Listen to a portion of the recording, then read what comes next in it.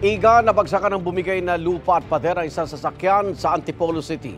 Nangyari yan kasunod ng naranasang ulan at pagbaha roon. Isa ang sugatan. May unang balita si EJ Gomez. Bunsod ng malakas na ulan na nagdulot ng pagbaha sa Antipolo City kahapon, gumuho ang lupa at bumigay ang pader na yan sa isang subdivision sa Barangay Dalig. Nabagsakan ng isang kotse. Sakay ng kotse ang lalaking driver, kanyang asawa at 1 taong gulang nilang anak. Pauwi na raw sila sa bahay na ilang metro lang ang layo sa pinangyarihan ng insidente. Sobrang lakas ng ulan, halos zero visibility. Nagulat na lang ako, biglang may bumagsak, yung pala'y pader na. Hindi po namin alam kung paano kami lalabas nun kasi nga po yung pader nakaharang na. Galing ako sa taas, na nakita ko siya. Paghinto ko, nashock ako kasi yung pader, hindi ko alam kung hanggang saan yung babagsak. Nung tinulungan ko na sila, binababa niya na yung anak niya, pati ang asawa niya. Nashock talaga sila, pati yung bata. Umiiyak yung bata, pati yung nanay. Ayon sa driver, naipit ang babaeng sakay ng kotse. Isinugod siya sa ospital at ngayon ay nagpapagaling pa.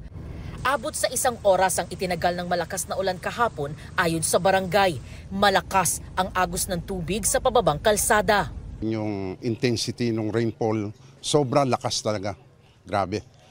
At itong area nito, ito ang low-lying area. So lahat ng tubig na nanggagaling doon sa taas, dito pumupunta sa baba. Siguro sa sobrang pressure, kasama na yung paglambot ng lupa rito, yun ang mga naging nag-aggravate doon sa sitwasyon natin, gumiba yung pader. Ganito yung sitwasyon ngayon dito sa lugar matapos ang pagguho ng lupa at pader. Nasa 20 meters ang haba niyan at 10 talampakan ang taas. May pangamba ngayon sa mga residente sa peligrong hatid ng nangyaring insidente.